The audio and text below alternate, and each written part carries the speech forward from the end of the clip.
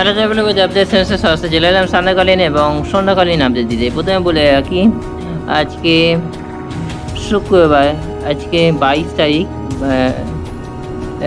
23শে মে 2025। আজকে ওয়েদার আপডেটে প্রথম বলে রাখি আর কিছুক্ষণের ভেতর বৃষ্টি আসবে আমাদের কলকাতা সংলগ্ন এলাকায়।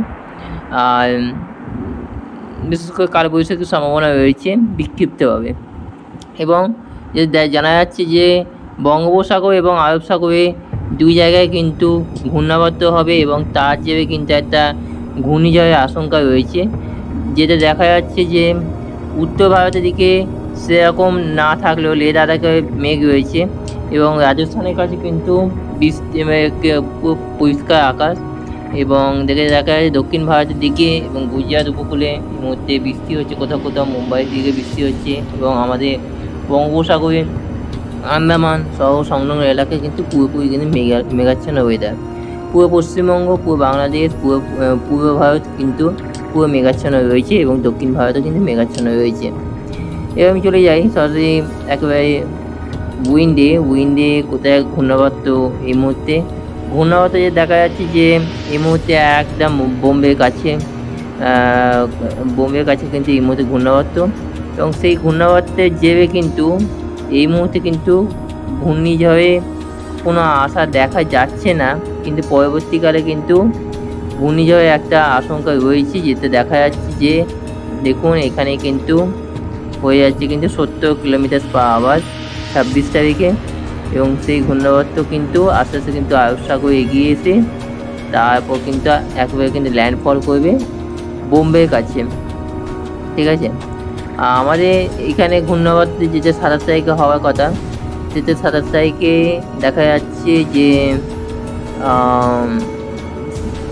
দেখতে পাচ্ছি যে কত 50-51, সেটা কিন্তু ঘূর্ণাবর্ত হয়ে কিন্তু বাংলা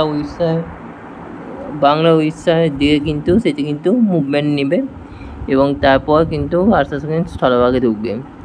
এখানে কোনো কিন্তু কিছু ঘূর্ণিঝড় সম্ভাবনা দেখা যাচ্ছে না, পরবর্তীকালে কি দেখা যাবে।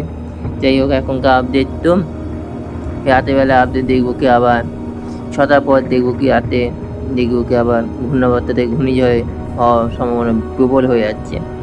যাই হোক, এই হচ্ছে আপডেট আজকে।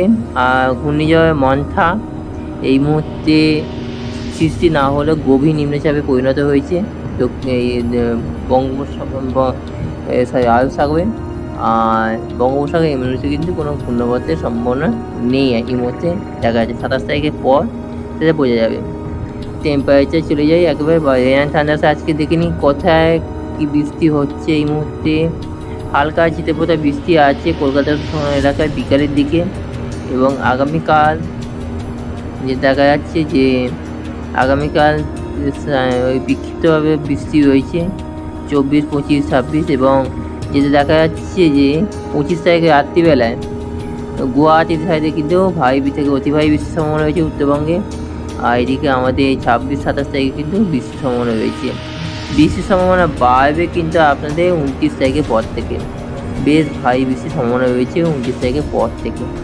ঠিক আছে, এই হচ্ছে আপডেট। টেম্পারেচার চলে যায়। টেম্পারেচার এই মুহূর্তে থান্ডারস্টর্ম অ্যাক্টিভিটি আর কি দেখিনি, থান্ডারস্টর্ম অ্যাক্টিভিটি কী আছে। থান্ডারস্টর্ম অ্যাক্টিভিটি এই মুহূর্তে থান্ডারস্টর্ম অ্যাক্টিভিটি নেই, কিন্তু পরবর্তীকালে কিন্তু সেরকম কিন্তু নেই। হ্যাঁ, বিকালের দিকে থান্ডারস্টর্ম অ্যাক্টিভিটি রয়েছে কলকাতা সংলগ্ন এলাকায়। আগামীকাল দেখিনি, আগামীকাল কিন্তু বেশ বজ্রপাতের সম্ভাবনা রয়েছে। 25 তারিখে বৃষ্টি সম্ভাবনা রয়েছে, সেরকম কিন্তু থান্ডারস্টর্ম অ্যাক্টিভিটি এই মুহূর্তে কিন্তু কিছুদিন নেই। টেম্পারেচার চলে যায়। টেম্পারেচার এই মুহূর্তে ঠিক 6টা নাগাদ যদি চলে যায়, 6টায় কলকাতার টেম্পারেচার